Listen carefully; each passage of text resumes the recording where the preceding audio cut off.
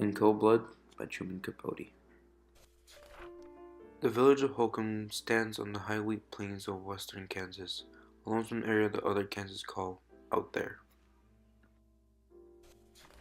Truman Capote, a well-renowned author best known for his work on Breakfast at Tiffany's and In Cold Blood, was born September 30th, 1924 in New Orleans, Louisiana. Capote lived a very hellish life. He often felt as if his parents abandoned him, witnessing them fight multiple times, which led to their separation. While still a teen, Capote got his first job working as a copyboy for the New Yorker magazine.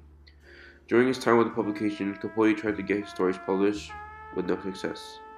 After going through many adversities, he was able to publish many of his works. One of his works was In Cold Blood.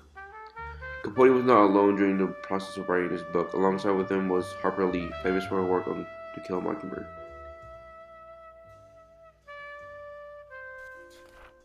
The village of Holcomb, Kansas was a very close-knit community. Everyone knew each other, no one had any troubles with one another, especially the Clutter family. The Clutters was a beloved family in Holcomb. Herb Clutter, the head of the family, was a widely respected, self-made man who established a successful and prosperous farm.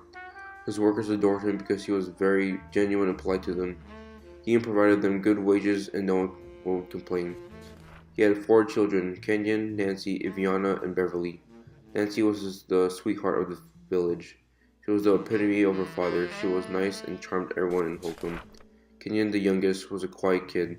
He kept to himself most of the time. We don't know much about him. Bonnie, Herb's wife, suffered from postpartum depression.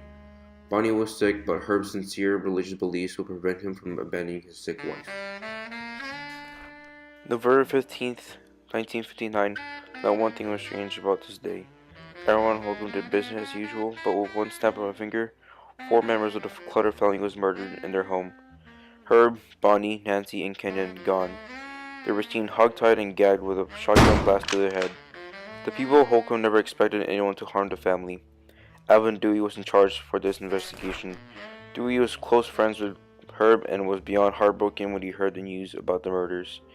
He admits to be haunted by the crime and he intends to continue his investigation until he finally understands why the Clutters were murdered. His motivation becomes the narrative, and the reader finds it equally important to continue reading to discover finally what actually happened. Perry Edward Smith and Richard Dick Hickok, 2 inconspicuous men who was recently released from jail, headed towards the village of Holcomb, Kansas. Dick kept on telling Perry that he found the big score.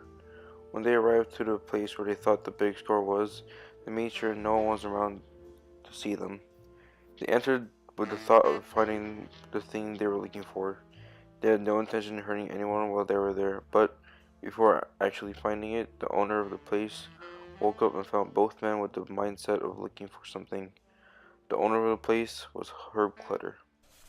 My first impression of this book when reading the description was that I feel as if I was there during the time of the murders. Well, that stayed true to the end. I felt as if I was a character in the book. Since it was a non-fiction book, I was surprised at what many of the characters said and did. People who enjoy character interaction, multiple points of views, and an overall very detailed reading will enjoy this book. Prior to this, my favorite book of all time was Night by Elie Wiesel. All of the history and details provided in the memoir was so intriguing and captivating. In Cold Blood was such a different feel. I felt like an investigator trying to find out the truth behind the murder.